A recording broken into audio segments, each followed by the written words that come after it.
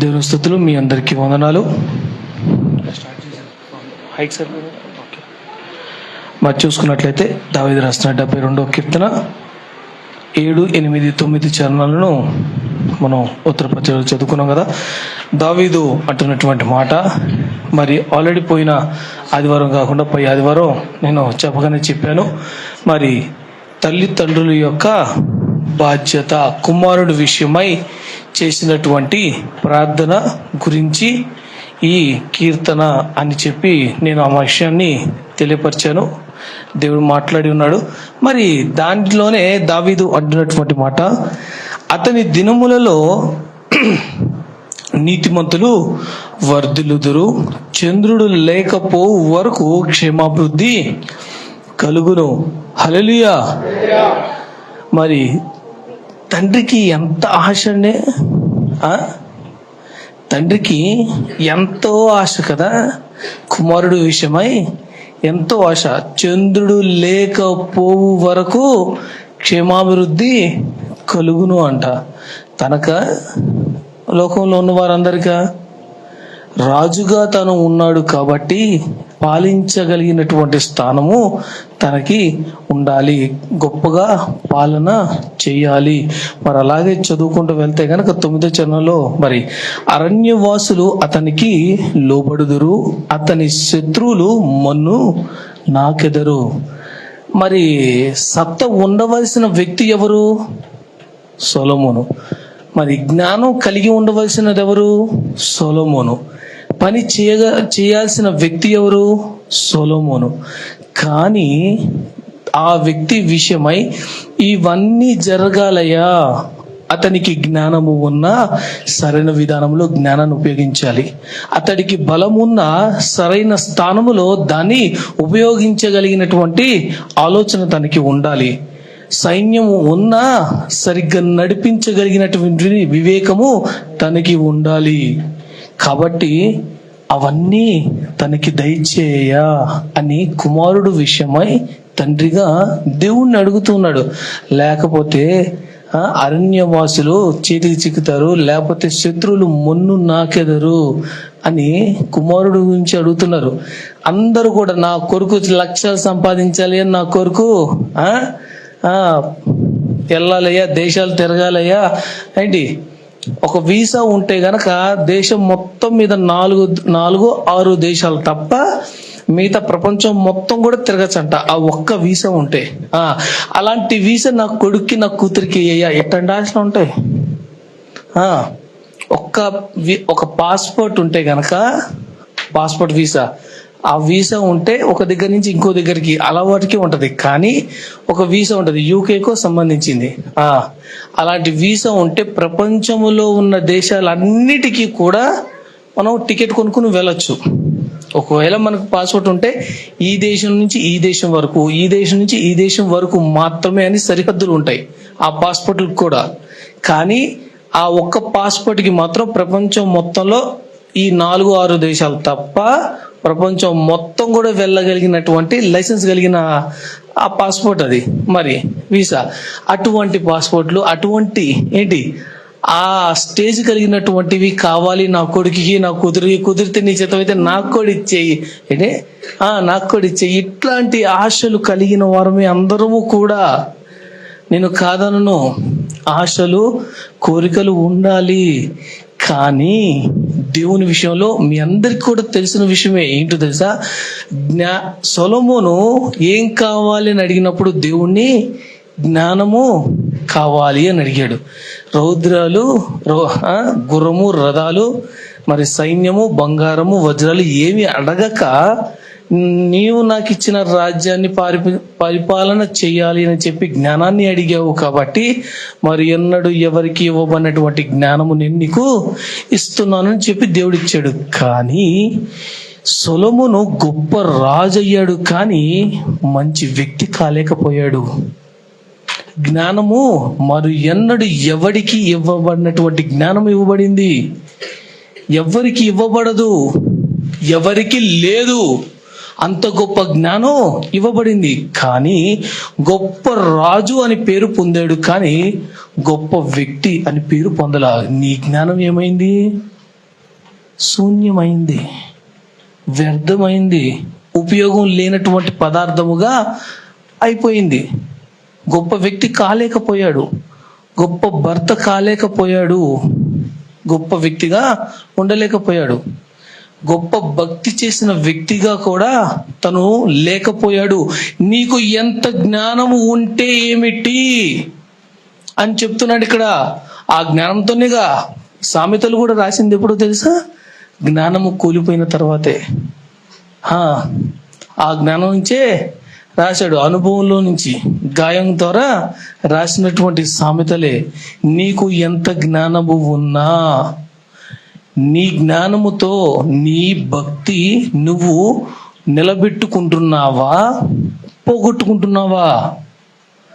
ఎదుగుతున్నావా, ఇంకా దిగిపోతూ ఉన్నావా? నీ కుమారుడు విషయమై, కుమార్తె విషయమై విజ్ఞాపన చేస్తున్న విషయం గురించే నేను చెబుతున్నటువంటి మాట, దేవుడు మాట్లాడుతున్నటువంటి మాట. కుమారుడు గురించి ఎంతో ప్రార్థన. ఈ కీర్తన మొత్తం చదువుకుంటూ వెళ్తే గనక ఎంతో గొప్ప ప్రార్థన చేశాడు దావీదు. ఆ శత్రుల విషయమై గాని మన గురించి మనం ప్రార్థన చేసుకునే దానికన్నా దావీదు విషయంలో చూసుకుంటే, నీవు నా హృదయానుసారుడవు అని దేవుడు సాక్ష్యం ఇచ్చాడు. నీవు నా హృదయానుసారుడు అని చెప్పి దేవుడు సాక్ష్యం ఇచ్చాడు. అంటే దేవుని మనసు ఏమి కోరుకుంటుందో దావీదు మనసు కూడా అదే కోరుకుంటుంది. దేవుని మనసు ఏ విధముగా ఆలోచిస్తుందో దావీదు మనసు కూడా అదే రకంగా ఆలోచిస్తుందంట. దేవుడు ఏం కోరుకుంటున్నాడో దావీదు కూడా అదే మనుషుల దగ్గర నుంచి కోరుకుంటున్నాడంట. అంత హృదయము దేవుని హృదయానికి దావీదు హృదయానికి అంత ఈక్వల్ గా ఉందంట. అందుకే నీవు నా హృదయానుసారుడవు అని చెప్పి దావీదు సాక్ష్యాన్ని పొందాడు. ఆ వ్యక్తి చేస్తున్నటువంటి ప్రార్థన, ఆ వ్యక్తి ఆ స్థానములో ఉండాలి, ఆ వ్యక్తిత్వం కలిగి ఉండాలి. రాజు అయినా గొప్ప పరిపాలన తాను చెయ్యాలి, గొప్ప యుద్ధము చేసి ఉండాలి. ఆ కాలంలో అంటే రథాలు, యుద్ధాలు, శత్రువులు వీళ్ళందరూ కూడా ఉన్నారండి. మనకెవరున్నారు? మనకేమన్నా రథాలు అవసరమా? గుర్రాలు కావాలా? శత్రువులు ఉన్నారా? లేదే. మనకున్నది ఒకటే శత్రువు. ఎన్నోసార్లు చెప్తూనే వచ్చాను మరి ఆ మాట. ఆ శరీరాన్నే మనం గెలవవలసిన వారమై ఉన్నాము. ఆ ఇచ్చలనే మనం గెలవవలసిన వారమై ఉన్నాము. ఈ మూడు ఉన్నాయి: శరీరేచ్ఛ, నేత్రాశ. ఆ మూడింటిని గనక మనం గెలవగలిగి మన కంట్రోల్లో పెట్టుకోగలిగినట్లయితే గనక మన భక్తి గొప్పదిగా మార్చబడుతుంది. కొంచెం ముందుకు జరిగి కూర్చున్నట్లయితే కనుక వెనకొచ్చి వారికి స్థానం ఉంటుంది. స్థలం ఇచ్చినట్టు వారు అవుతారు. మీ బైబిల్ని తీసుకుని ఒళ్ళో పెట్టుకోవచ్చు. అది బరువుగా లేదుగా. మంచిది. దేవుని స్తోత్రం. హల్లెలూయా, హల్లెలూయా. మంచిది. మరి చూస్తే గనక మరి ఆ విధంగా ప్రతి ఒక్కరము కూడా ఏ విధముగా కుమారుడు విషయమై, కుమార్తె విషయమై ఏ విధముగా మనము విన్నపము చేస్తూ ఉన్నాము. మా తల్లిదండ్రుల విషయం అయితే నేను చెప్పనవసరం లేదు, మీ అందరికి కూడా చాలా తెలుసు. ఏనాడు కూడా అమెరికా వెళ్ళిపోవాలి, మా కొడుకు డాలర్లు సంపాదించాలి, అక్కడి నుంచి ఓ పెద్ద స్కూట్ కేసు నిండా డాలర్లు తీసుకురావాలి, ఏనాడు ప్రార్థన చేయాల. చేసిన ప్రార్థన ఏంటంటే టాప్ లెగిసిపోయే ప్రార్థన చేయాలంట. ఏంటట? నేను టాప్ లెగిసిపోయే ప్రార్థన చేయాలయ్యాడు అని చెప్పి ప్రార్థన చేస్తూ ఉండేవారు మా గురించి ఎప్పుడు కూడా. మరి వారి ఆశ ఎప్పుడు కూడా దేవుళ్ళో ఎదగాలని. 100కి 0 వచ్చిందమ్మా అని పేపర్ తీసుకొస్తే, సరే ఏం చేయమంట అని అడిగిన మా తల్లి. 100కి 0 వచ్చిందమ్మా అని పేపర్ తీసుకొచ్చితే ఏం చేయమంటావు అని అడిగింది. కానీ ఈ రోజు స్తుతి చదవలేదు అంటే కింద పాడేసి కొట్టిన రోజులున్నాయి. స్తుతి చదవలేదు, వాక్యం చదవలేదు, ప్రార్థన చేయలేదు అంటే కొట్టిన రోజులున్నాయి. నిజమే. ఆడించలేదా, పాలించలేదా, నవ్వించలేదా? నన్ను చేశారు. అదే విధంగా నలకొట్టారు, అదే విధంగా నిలబెట్టారు, అదే విధంగా నేర్పించారు. కావాల్సినది అందించారు, ఉండవలసినది ఇచ్చారు, పొందవలసింది పొందేటట్టుగా నేర్పించారు. ప్రతి ఒక్కటి కూడా దావీదు కుమారుని విషయమై విజ్ఞాపన చేస్తూ ఉన్నాడు. ఇంకొకరు ఉన్నారు, అయ్యా తల్లి యొక్క ప్రేమను పొందలేని స్థానంలో ఉన్నాడయ్యా, పొందలేకపోయాడయ్యా, తల్లి వేడిని కూడా అనుభవించలేకపోయాడయ్యా, తల్లిని చంపి పుట్టాడు ఈడు అని సమాజం అంటుందయ్యా అని తండ్రి చేతిలోకి తీసుకుని కుమారుడు గురించి ఏడ్చిన తండ్రి యాకోబు. బెనోని అని చనిపోతూ తల్లి పేరు పెట్టి చనిపోయిందయ్యా, దుఃఖపుత్రుడు అని పేరు పెట్టి చనిపోయిందయ్యా. అయ్యా వీడిని జ్ఞాపకము చేసుకో, ఇలా దుఃఖిస్తూ దుఃఖపుత్రుడుగా ఉండకూడదయ్యా, తల్లి ప్రేమను పొందని వ్యక్తిగా వీడు ఎదగకూడదయ్యా, నీ ప్రేమను కలిగిన వాడుగా నీవు ఉన్నావు అన్న భరోసాగా వాడు ఎదగాలి, ఉండాలి. తల్లి చంపాడురా, తల్లి చంపేసి పుట్టాడు వీడు, తల్లిని చంపినోడు రైడు అనే మాటలు వాడు వినకూడదయ్యా అని తండ్రి చేతిలోకి తీసుకుని చేసిన ప్రార్థన, నీ కుడి చేతి పుత్రుడిగా మార్చయ్యా అంటూ బెనోనిని బెన్యామీనుగా మార్చాడు. నిజంగానే ఒక తండ్రి కుమారుడు గురించి చేసినటువంటి ప్రార్థన నిజముగానే 12 మంది కొడుకుల్లో 11 మంది కొడుకులందరూ కూడా 100% దీవెన అనుభవిస్తే బెన్యామీను మాత్రమే 1000 ఆశీర్వాదాన్ని అనుభవించాడు.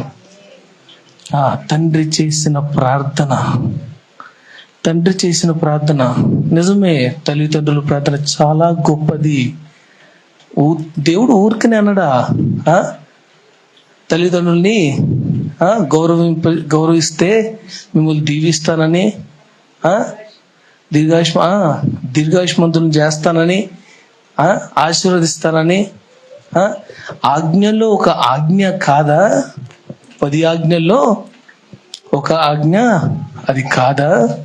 మరి సామెతలో కూడా ఎన్నో చోట్ల ఉంది, తల్లిదండ్రులను సన్మానించేవాడు దీర్ఘాయుష్మంతుడు అవుతున్నాని.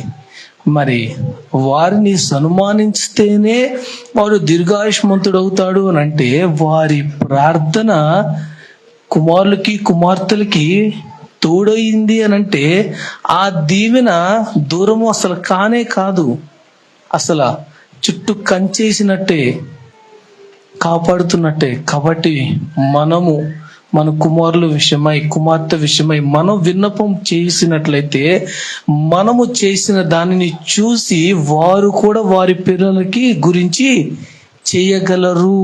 నీవే నీ కుమారుడు గురించి చెయ్యవు, నీ నుంచి వచ్చిన కుమారుడిని గురించి కుమార్తె గురించి నీవు ప్రార్థన చెయ్యవు, వారు నీ దగ్గర నుంచి ఏం నేర్చుకుంటారు?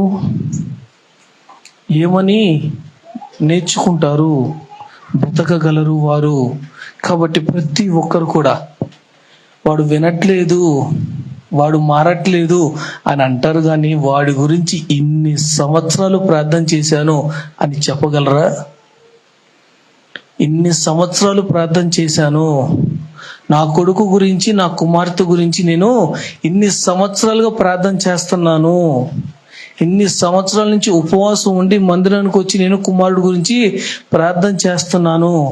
నీవు కన్నీరు కార్చు, దేవుడు ఒక దినమున పట్టుకుని తీసుకొస్తాడు.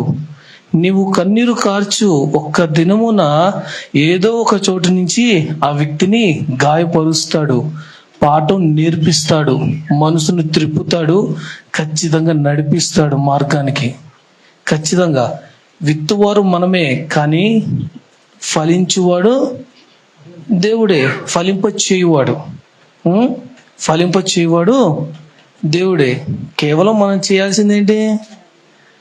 ప్రార్థన.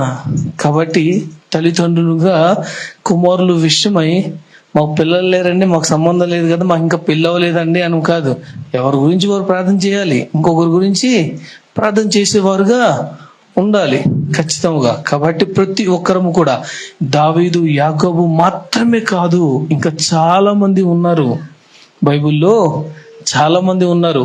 కుమారుల గురించి కుమార్తెల గురించి గర్భ ఫలము గురించి ప్రార్థన చేసిన తల్లులు, కుటుంబం గురించి చేసినటువంటి వ్యక్తులు బైబిల్లో చాలా మంది ఉన్నారు.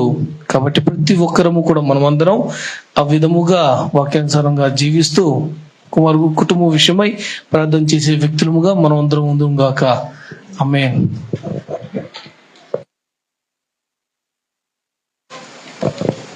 మంచిది. దేవునికి మహిమ కలుగును గాక.